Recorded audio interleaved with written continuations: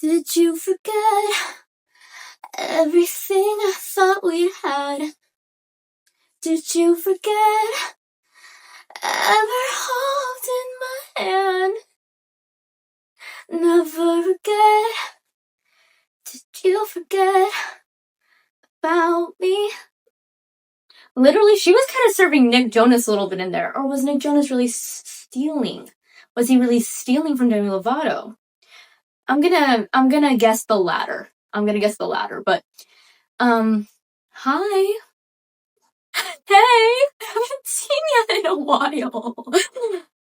It's a pink full moon tonight. And I keep track of that kind of thing. I do. And it's actually midnight right when I'm recording this. So let me tell you something. If you don't think I was listening to Ariana Grande's music and Lana Del Rey's music and Sade's music, Sade's music, and getting ready to film this, you're out of your damn mind, brother. And let me tell you something else. I was also lighting a candle and setting intentions and having affirmations and manifesting as well. Because a pink full moon is not every single day, brother. It's not every single day. And it's actually blooming into Libra season, which is a glorious season. I love Libras. I'm a Gemini. And I do love Libras. And it's going to be Libra season. And so it's about harmony, it's about friendship, it's about balance, which, honey knows, I need some more. But yeah, so it's a pink full moon. It's like my dream come true. I love a pink full moon. And I also have a jar of water out there for little moon water for when I really need some. I feel like a different person since the last time I recorded something because I have started 2 new medications, and they're both thanks to the fact that I am anemic. Yeah. I know what's so fun about being anemic. The thing that's so fun about finding out that you're an iron deficient anemic is also learning that no matter how much fucking food you eat that has iron in it, you're never gonna feel not tired again. You're like always gonna feel really tired. And your cramps for your period are always gonna be really, really bad. And even if you eat salmon and lentils and carrots and spinach and all this fucking crap that has a ton of fucking iron in it, you're still gonna feel bad. And you're still gonna be depressed and your mental health is still gonna suffer. And you're just constantly gonna be operating at a very low level for the rest of your life no matter what you do. And you know what else is super fun is I've tried a lot of iron medication and it almost always, it's not even almost, baby, always. Medication, it always makes you extremely nauseous to the point that you can't get out of bed. So that's what I was going through. And now I'm here in a pink full moon and we're gonna look towards the future in light and harmony and beauty. If we get another Ariana Grande album, God is real, by the way. Hey, I don't know if you know this, but God is a woman, and really God is Mother Nature and the universe. And if Ariana Grande releases an 8th album before she's up, before her time is up, and she wants to be a full-time actress, then God is literally real. Here's the thing, right? I didn't get tickets, and the only hope that I have in this godforsaken situation is that she does a documentary and films it, like she did for the Sweetener World Tour. Because that's all I have, is I have to live vicariously through TikTok and vicariously through, hopefully, a future Netflix documentary, because I did not get a ticket. Even though I listen to Ariana Grande every single day, I know every single song in her discography, I'm a ride and I'm a die for that woman. And yet nothing. And yet, no, I didn't get a ticket. And I can't spend, and I'm not in a place in my life where spending thousands of dollars on a ticket for one night is something that is at all reasonable in any way. So, yeah, I saw, like, because so many people are going on tour right now, I saw someone else say they spent like $2,000 on a floor ticket for an artist, like within the last month. And I'm just like, is that really where we are at? I mean, I guess, the economy is so fucking bad right now that truly any sort of extracurricular activity is for the rich, which that's always been true, but particularly now, concerts, like music that to be heard by multiple people, it seems like no artist has been able to figure the F out how to not just only have rich people come to their concerts. Like, I don't understand. The top artists who are billionaires, we have Taylor Swift, we have fucking Harry Styles. I don't know if they're a billionaire, but they're millionaires for sure. And it's like Ariana Grande, all these people are so rich. It's like, can you not do anything besides Ticketmaster? I saw one artist, I don't remember who it was, but it was like a cool girl and a cool chica, a cool chick. She would only sell physical tickets at the box office of the place she was performing at. And her fans would line up like in the 90s, like in the olden days before Ticketmaster and all this online crap that isn't working. And they would have to buy their tickets physically. And her fans were like, yeah, it's a lot cheaper and I'm totally willing to do that. And I'm like, yeah, I would rather truly, and I think this goes for multiple people, would rather sit in line overnight and camp out with a bunch of other fans of this person and wait in line for a ticket at Madison Square Garden or whatever the fuck, and a physical thing and spend less money than be on an online queue that if you're not in within 0.5 seconds of and spend thousands of dollars of, you can't get in. I mean, it's feeling Hunger Gamesy, and so many things are feeling Hunger Gamesy right now. That series stands the test of time like no other series. It's like Handmaid's Tale and the Hunger Games. Every single day we're getting closer and closer. And there's so many moments where I'm like, this is Hunger Games. Like every time I see the Met Gala, I'm like, this is the Hunger Games, dude. This is the Hunger Games every single time. And I love fashion and I think it is a true art. But, you know, when you're looking at the Met Gala and there's what's going on right now, it's hard not to be like, okay, this is the Hunger Games. And another thing that makes me think about the Hunger Games in today's world is literally like everyone getting super skinny and the veneers and the constant plastic surgery. Once again, on a personal level, I couldn't be more supportive. I'm like, do whatever the fuck you want. It's your body. If you want massive fucking jugs and a massive fucking ass and a waist that's as tiny as your wrist, then do it, girl. Do it, girl. But then on a societal level, it's like, okay, wait, this is dark. This is sad. This is adapting as a society to something that ultimately is not good for us. And, it's like unfortunate that beauty is so stuffed down our throats that we want to have surgeries and change how we look forever, and put plastic into our bodies just to adhere to a standard that was created by a white man. You know what I'm saying? I don't know. It's just like every single person looks the same and they don't even look good. And that's what's crazy is I remember, like, I was born in 2003. So I really grew up in the 2010s. And I remember in like 20, whatever the fuck, okay, looking back at 2000s, early 2000s photos, like all these women who were ooper duper super skinny and being like, wow, they were so skinny. And I am also on the team of don't comment on women's bodies ever. I agree. I have no rebuttal. Don't ever comment on women's bodies. So I'm not commenting on women's bodies. I'm commenting on human beings in general and the societal shifts in beauty standards and beauty norms. And now it's happening exactly the same way. Because of the economy, because of the recession, because of the job market. I mean, it ultimately is a political cycle. And like, it actually is important to talk about it because it's actually history. It is important to know that when politically things are horrid and the country is going through an incredibly difficult time and people are losing their jobs and they don't have any money and they have no food, girl, they're taking away their food and any access they have, that now the beauty standard went from a body positive, a body accepting. That was the norm during the Obama era. That was like the trendy thing.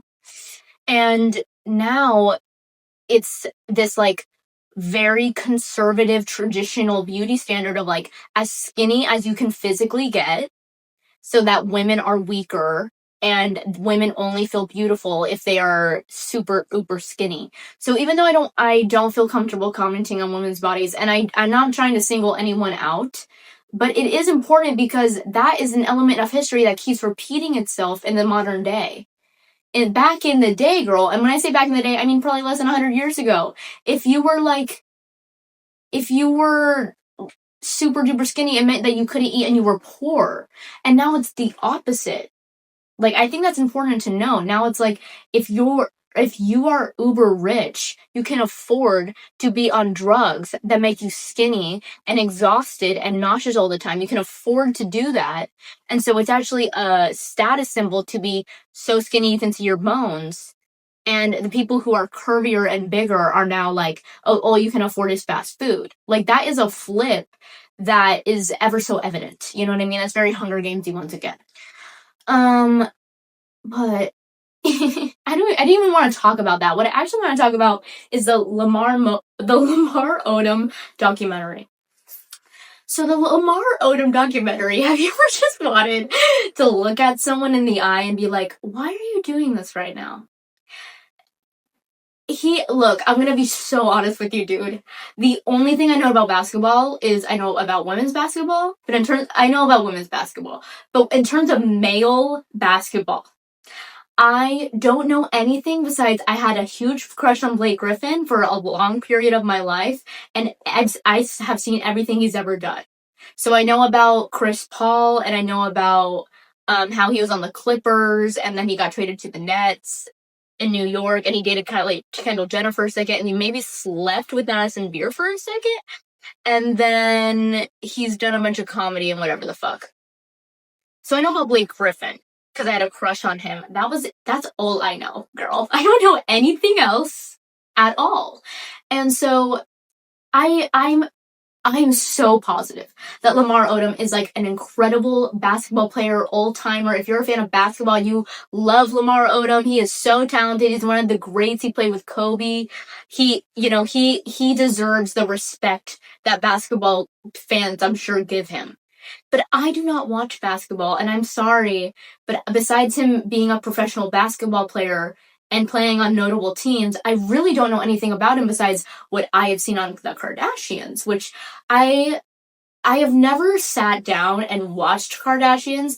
I have only come into the room when my older sister, Madison, is watching the Kardashians. So I've never, have I seen full episodes? Yes, because there are moments when I am, pulling a dad, and I'm like, I don't want to watch this, and then, 5 hours later, I'm, on the season finale, crossing my arms, standing up, leaning over on the kitchen table, being like, okay, what the fuck is Chloe gonna do next? But I'm not sitting down and choosing to watch the Kardashians. That being said, that was kind of my surrounding of the Kardashians until my older sister Madison moved out of the house. So I remember Lamar Odom being on the Kardashians, and I just always remember that, well, by the time I was watching it, once again, I don't know though everything. By the time I was watching it, Lamar Odom, it was came out on the show that he had already cheated on her. So I dismissed him. I was like, okay, he cheated on her, I don't like him. Bye! And that's as easy as it gets for me, girl. Bye! So that was all I knew about him, and I knew that they got married in 30 days, which at the time for me, I was like, okay, yeah, that's what everyone does. Or at least that's what Kim Kardashian did. That's what she does. Okay, that's what you do if you're reality TV stars. You get married really fast to a famous person, whatever. So watching this documentary, I'm literally like, Lamar Odom, why are you doing this? I really don't think I'm speaking out of turn here, but if I am, I'm sure you're gonna tell me, girl. But he looks really bad in this documentary. He looks like a really bad father, an absent father. He looks like a bad wife. He looks like a bad son, a bad friend. He looks like a bad person. And then and then he goes through a life-threatening situation, which like any other human being, you have empathy for another human being going through a life-threatening situation and a life-changing situation where you have multiple strokes and multiple heart attacks and brain injuries, and you have to relearn how to talk and walk. That is a human feat that if I heard anyone going through, I would give them all my respect, and I would be like, know what, dude, that is incredible that you're doing that. So I can offer that to Lamar Odom. That's kind of the only redeemable part of this whole thing. And, you do get a single glimpse into why he is the way that he is through Khloe. And here's what I have to say about Khloe Kardashian. Khloe, get behind me. Khloe, get behind me. I'm gonna protect Khloe Kardashian after this fucking documentary, and you should too. Hey, and you should too. And look, I'm not the Kardashian PR manager. I'm not gonna sit here and stand by everything they've ever done, but I am gonna say in this documentary, if you watch this documentary and you're not on Khloe's side, what are you doing? But let me tell you something. You're gonna attack Khloe, and you're gonna tell Khloe, the reason the beauty standard is unrealistic today is because of you and your sisters, and you're gonna be mad at Khloe because she's rich, and you're gonna be mad at Khloe because of A, B, C, D, and E. But let me tell you something about Khloe. Khloe's loyal, and Khloe loves really hard. And Khloe's actually a good person, maybe. I don't know. I mean, she is rich enough and has enough resources that she can devote that much time to the person she loves, which I still think is a beautiful gesture to the person she loves. But I'm like, at the end of the day, not everyone can do that. So it's lovely that she can do that, and she did do that. But girl, most of us have a 9 to 5, and we can't be spending every fucking day of our life for 4 months straight by the side of the person we love in the hospital. But I don't even need to say what I'm saying right now. What I really want to say is Lamar Odom doesn't really take any accountability besides the fact that he's an addict. He'll say he's an addict. And by the way, you know what did it in for him? You know how he died for 3 days and then came back to life? It wasn't coke, honey. It wasn't like the drugs you're typically thinking. This is why I'm like, why did you do this documentary? Because this is embarrassing. He overdosed on 12 boner pills at the Bunny Ranch in Nevada, a brothel. I'm sorry, girl. Are they holding a gun to your head and you're admitting this shit? Like, I love the truth, honey. I love the truth more than anyone else loves the truth. I love justice. I love when the truth comes out. I love vulnerability. Okay? And I love this documentary, quite frankly, because it did tell the fucking truth, and I'm glad to hear the truth. That being said, there's so much we don't know because Khloe told the only thing you know about his growing up is that Khloe says like one thing, which is his dad, and this actually makes me emotional because it's actually so cruel and dark. His dad came to the hospital when he was in the coma and told the doctors to take him off of life support so that he could get his son's money. And then he told Khloe, once Khloe Kardashian got there, he told Khloe that all he wanted was a hotel room for the night, $100, and a pair of Nikes. And then he never came back to the hospital. That alone, I think, that alone does say so much because that is cruel and inhumane and disgusting. The fact that a father would do that to his son. And I think it does give a lot of context. But baby, that's all we get about his childhood or anything. There's nothing else said until he's like in high school and basically getting married at 18. But nothing else is said. So I'm like, okay, that's all that gives us the context for the insanity that he had. But what can I say, man? You live high and you live, like, that's kind of what the Elton John documentary was about. I don't know if you caught that, but anything that Taron Egerton is in, I'm catching. And he played Elton John, which I actually don't think was his best role. I think that was actually, whatever. I think he's had better roles than that, to be honest with you. But he was nominated for an Oscar for that, and I'm like, really? Like, I feel like he's been better in a lot of different things, but whatever, man. But in the Elton John documentary, he was like, yeah, the highs are high and the lows are low, because when you have fame and you have money and you have access and you have resources and all those things, and you have the world at your fingertips, and you don't know how to handle it, and you don't have any, like, emotional foundation, you don't handle it. And it's a mess, and it's embarrassing.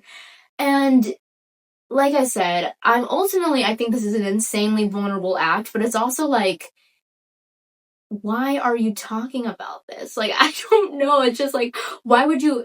It basically ends with him being like, I don't know what's next. And it's like, well, we don't know what's next either. He looks fame hungry in this documentary. He looks like he betrays it basically looks like the only reason he's alive today and the only reason that he's gotten as far as he's gone at all is because there have been a ton of people that have been like holding the strings in their hands for him for basically his whole life. And he betrays all of them and breaks all of their hearts.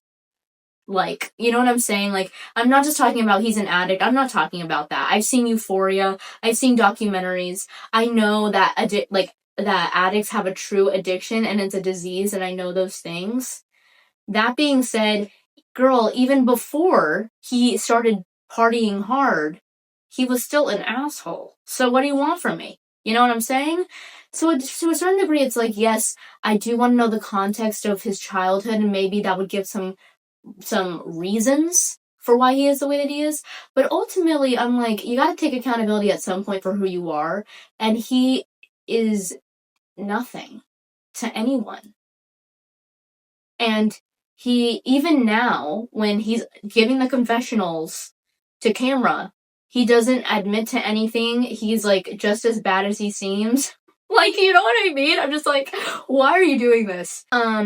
I also watched one episode of Something Bad Is About to Happen, which is with Adam DeMarco and with that girl who was in the girl who was in the movie Marmalade with Joe Keery. That's what I know her from. Camila Monroe, I think. I think her name's Camilla. I don't remember. But she's gorgeous, and I actually love her as an actress. And even though she's a Nepo baby, I think she's talented enough that doesn't matter. Which sometimes it does matter, but whatever. I watched one episode of that, and let me tell you how quickly I would have left that relationship. So, if you haven't seen the show, it's about this girl who's about to get married to this guy, okay? And Adam DeMarco is the guy. And let me tell you the first red flag. The first red flag is they're at a diner, and she pays. Oh, bye! I'm out! I'm already out, by the way. And then you come to find out Adam DeMarco's family are billionaires. So you're telling me that I'm paying for a meal and your family are billionaires? It's literally giving Crazy Rich Asians when she's literally paying for their dessert and he's a billionaire and they're on a private jet. It's just like, do you think I'm an idiot? Do you think I'm a fool? Is this a game to you? If you're rich, and I mean at all richer than me, in any way, shape, or form, you're paying every single time. Bye! Like, what? And also, you're so beautiful. Adam DeMarco is beautiful, and I will never get over White Lotus Season 2 ever in my life, because it had Theo James, and it had Adam DeMarco. That's all a girl needs, honey. And I'm fulfilled for a while. And then, I don't know, he's just being fucking annoying in the fucking show. And then they go to his... She goes to her in-laws' house because they're gonna get married at their, like, winter cabin, and they're rich. And I'm like, okay, yeah, bitch. If my husband was fucking rich, or my fiancé was fucking rich, I'd fucking get married at his fucking winter cabin too, bitch, okay? So she goes to meet his side of the family, and they're fucking crazy and weird and horrific, actually. And I'm like, hey, so that's enough for me to not marry someone. I literally don't care. If your in-laws and your siblings are fucking menaces and are trying to make my life impossible, it's not worth it. It's not worth it for me to be around you. I don't need to marry you if everyone in your family is telling me horror stories about how I'm gonna die in the woods. I don't need that, okay? Then the cherry on fucking top of all of this is then the last scene of the first episode is she kind of like walks into the room of the cabin where they're gonna get married, and it's dark, it's at night, and the mom is in there, and it's literally scaring me just describing it to you. And literally, like, Camilla, I think her name is, is like walking towards her like, hey, Mrs. whatever the fuck your last name is. Hey, Mrs. whatever the fuck your last name is. And she's not responding. She's not responding. She's not responding. And then she finally goes, hi. Like, can you see me? Can you hear me? And which already I'm like, okay, if she doesn't respond the first time, she's probably meditating or she's doing something. Like, I wouldn't bother her, but whatever. In this show, no one's making the right decisions ever, and it doesn't make any logical sense because in 1 second, I would have left in a millisecond of any of these situations happening. But in the show, when she puts her hand out, the mom grabs her hand and says something fucking weird. And then, like, the husband comes and gets her and is like, we're gonna go back to our room now. Like in the middle of a conversation, like something suspicious is going on. And then she's walking back to the room and she's like, well, that's the last you'll see of me. And then Camilla literally opens up the mail that the mom dropped on the ground floor. And on it is her wedding invitation, getting married to Adam DeMarco. And it says, don't marry him. Hey, bye. Okay, easy enough. If I was literally getting married and someone wrote on a note, and it was an anonymous note, don't marry him, I wouldn't marry that person. I'm not even kidding. I'm not even kidding. If someone wants to sabotage my life, you'll do it. Because literally, I don't care. If my future mother-in-law, gave me my wedding invitation in black paint and says, don't marry him, I'm gonna take the fucking hint because I have survival skills and I have enough life skills to fucking read the room. You shouldn't marry Adam fucking DeMarco, and his family is weird. So don't marry him. You're beautiful. You're gonna go be in a movie with Joe Keery in a minute, and you're gonna have pink hair, and you're gonna have the time of your fucking life, okay? Actually, no, what's actually a figment of Joe Keery's imagination in that movie? Listen here. Marmalade is such a good movie, and Joe Keery gives such a good monologue in that movie, and I watched it. He gives a monologue about his town, and he has like a really fucking cute southern accent in that movie. And when he finished the monologue, it's so cute that I literally rewinded it and rewatched it like 10 times because it's so adorable. But I do want to talk about Adam DeMarco. So Adam DeMarco is literally tattooed in my brain, and he's so attractive, and I think he's genuinely underrated in terms of like he's genuinely the hottest person ever. And I didn't meet him in The White Lotus, actually. I met him in the what's her name? Debbie Ryan movie, Disney Channel movie 16 Candles, where no wait, that was someone else. No, he does. He plays the love interest in Radio Rebel, not in 16 Candles. In 16 Candles was the guy from Baby Daddy in that show. But no, the guy, Adam DeMarco, is in Radio Rebel, which was a significantly worse movie than 16 Candles, but the best part of it is Adam DeMarco. And Adam DeMarco, I remember the moment I saw him, I was like, oh, he's really cute. And then I saw him in White Lotus, and I was like, oh, he's fucking hot. Bitch. Hashtag when did you get hot by Sabrina Carpenter is playing right now. And he is really hot. He has a lot of sex scenes and he's making out with a lot of gorgeous people in it. And I'm like, this is why Mike White is so important. This is why gay men making TV shows will always be important. It's because they know who to cast, and they know that when they cast the hottest men alive, they're going to give them a lot of sex scenes. And that's the thing. And I am going to say this. People are always like, why are there sex scenes in movies? We don't want sex scenes in movies. I agree with you. But I particularly agree with you when there is female nudity and no male nudity. I'm not interested in seeing that at all. I'm genuinely serious. I'm interested in seeing mutual nudity. I'm interested in seeing a guy with his dick out and a woman with her tits out. I'm down for that. I can have fun. You don't know me. You don't know my life. I can have fun. But when it's just a woman with no top on, and then the guy is like fully clothed or even naked and you don't see anything, I'm not interested in that at all. I think it's boring. I think it's loserly. I think it's pathetic. And I hate when I see that in a movie, and it makes me not like the movie anymore. And you know what else we don't need? We genuinely do not need any sexual assault scenes at all in movies. You can beautifully hint at what happens, and I can tell you right now, the audience is smart enough to know that we don't need to see the scene to know that the scene happened. I don't think we need it in anything else. I think having a fun PG-13 sex scene is fun. Live a little. Sex is a part of life. And you know what is one of the best parts of movies? Is seeing hot people in them. And sometimes I want to see those hot people bump and grind. Sorry, but it's the fucking truth. So when Theo James is having a sex scene with Aubrey Plaza and Adam DeMarco is having a sex scene with a beautiful woman, I'm gonna watch it, I'm gonna enjoy it, I'm gonna eat my popcorn, I'm gonna rewind it. Okay? Anyways, he has a lot of sex scenes in that show. I'm like, oh my fucking god, he's so fucking hot. He's also a great actor.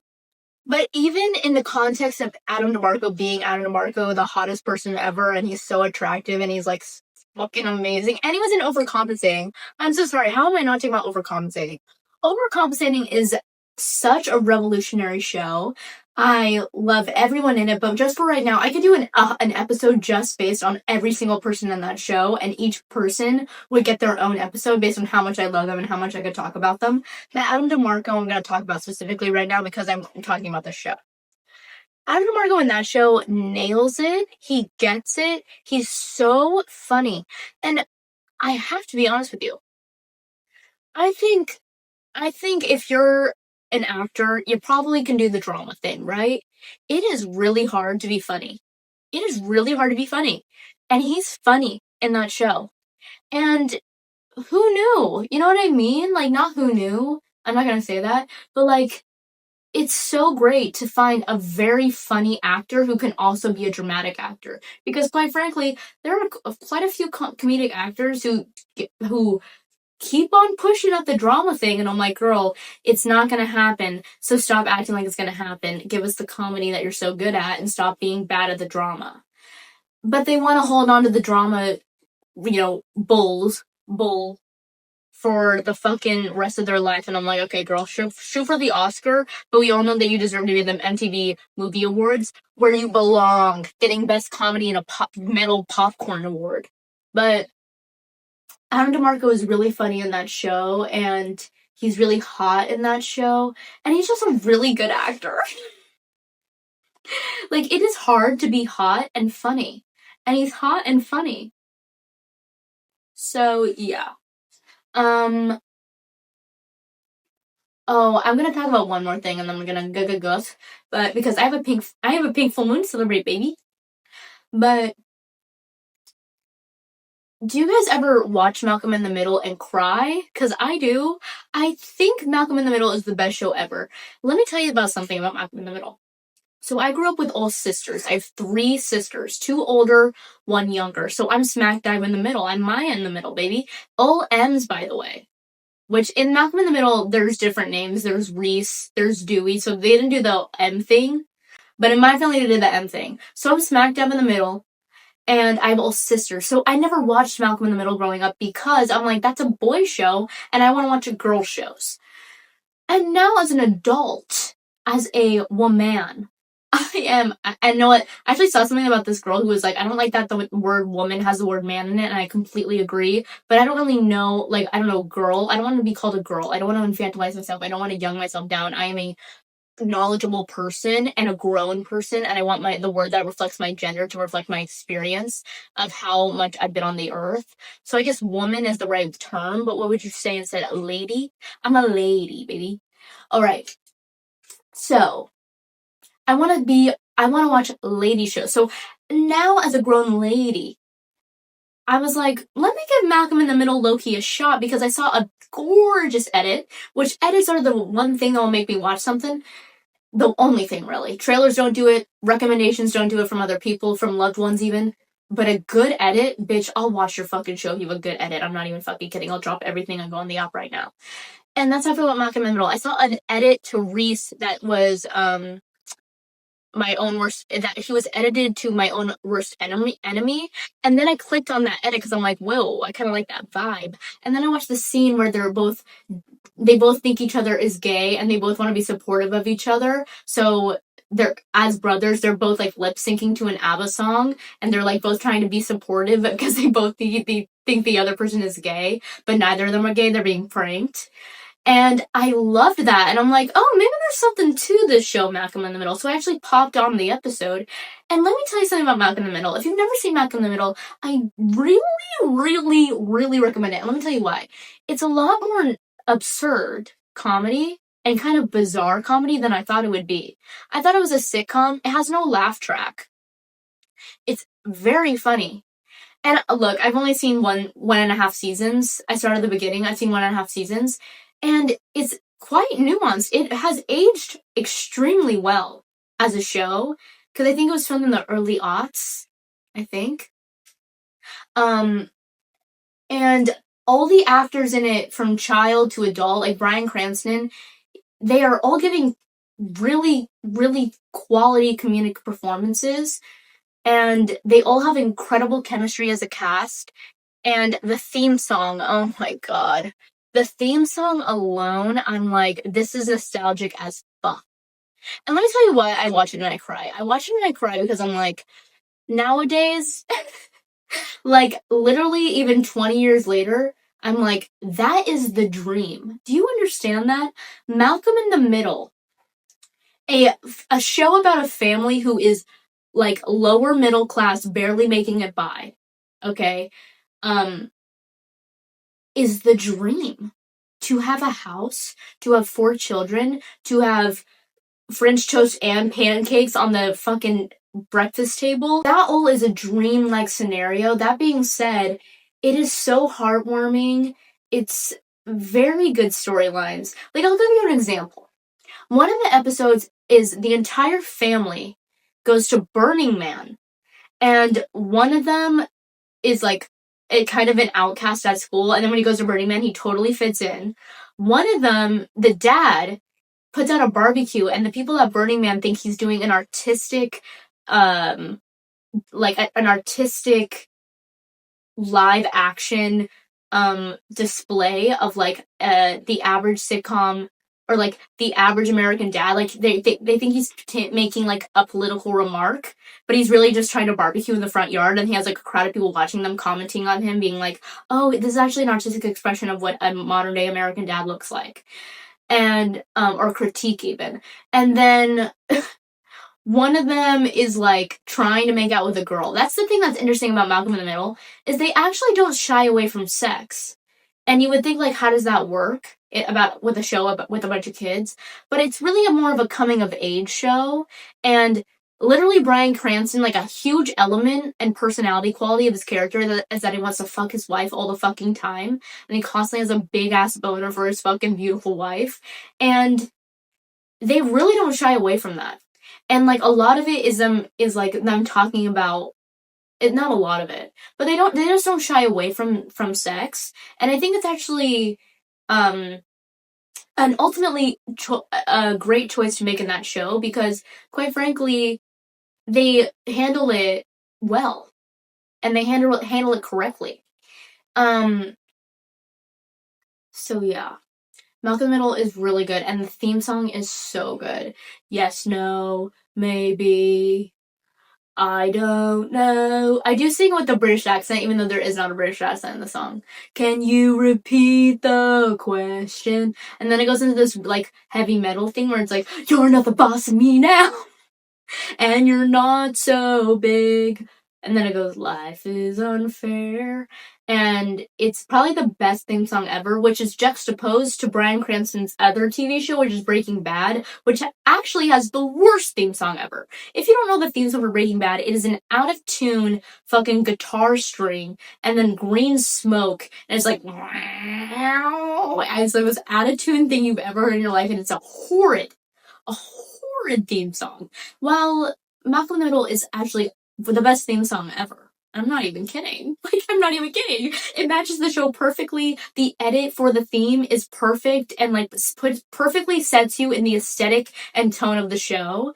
And the song is giving, like, punk rock, like My Own Worst Enemy, which is very much the vibe of the show. And the fashion is so good in the show, and I'm like, why am I literally gonna steal this 8-year-old style for real? I'm not even fucking kidding. And in the season finale of the first season, one of the Golden Girls, Dorothy from Golden Girls, comes in and does a really delightful cameo with Dewey, the youngest brother.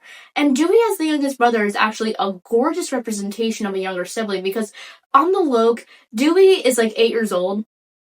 All he does is chill.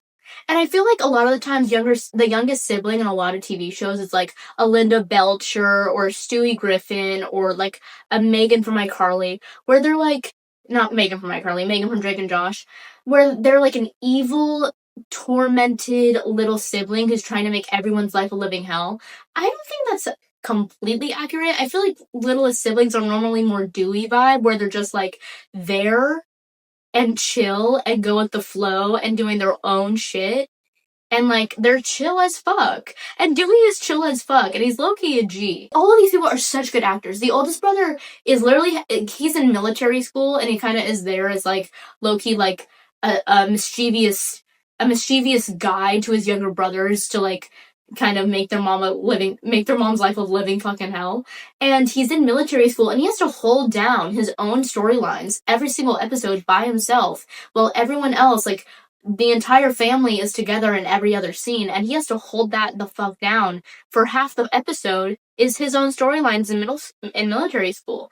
That is not easy to do, and he holds it fucking down. And also the side characters in the show. The side characters are so good. And there's this little boy who's in a wheelchair who has asthma and can only say words like one at a time, and he has to take a breath in between each word. And he is probably the cutest kid I've ever seen in my entire life. He is so cute. He's so cute. And he's Malcolm's best friend. Oh, and also I'm forgetting the most important fucking part of the TV show. Malcolm is a genius, and he basically has to operate as a genius, like a true genius, like Albert Einstein level genius, but he has to operate within the confines of like a suburban lower middle class family who is like super rowdy and chaotic and erratic, and he himself is like a little boy figuring the world out, but also has this level to him that's like a genius, while all of the rest of his family is very far from. Which I come to find out, I've read in Reddit posts, because Reddit is where you go when you need to find out the fucking truth. And in Reddit posts it says, like, all of the siblings are technically geniuses in different ways, and you kind of find that out throughout the show. But from what I can see right now in the first season, Malcolm is a genius. And all his siblings are, like, normal kids, you know what I mean? But what you really learn is that boys and girls are not that different. And you know what I mean? Like, the roughhousing, the sibling constant antagonizing, and both the love and the connection and, like, the family dynamic, it's all the same in A House of Girls. And I feel like if I would have watched Malcolm in the Middle when I was younger, I would have seen that, because honestly, growing up, I only had sisters, so everything about men. And then my dad, I don't know. Like, he was a grown-ass man who I like, you know what I mean? So I feel like boys and men in general were just this huge mystery to me. And I did not know how to talk to them, even as friends. And I feel like if you have a brother, you know a lot of things that I felt, that's how I felt. I felt like girls who had brothers knew things I did not know. And I'm sure they do, because I've never lived with a man before in my life. I've spent the night a couple times, like, I'm not a fucking prude, but I've never lived with a man. So I feel like there are things maybe still to this day that I don't know, that if you have a brother, you know. But in terms of like just having a boy around you, I did not know how to operate around a little boy when I was a little girl. And I think if I saw this show, I would have been like, oh, they're the same. They're the same as me. And especially at that age, like right before you're a tween, you know, it's like all of the family dynamics, all the sibling dynamics, all the dynamics of being a child are basically, from what I'm saying in Malcolm in the Middle, are basically the exact same in A House Full of Girls. It really could have been Maya in the Middle. So, yeah, we're all the same. And that's honestly how I feel about a lot of things. I'm like, look, you could probably completely take apart my argument right now.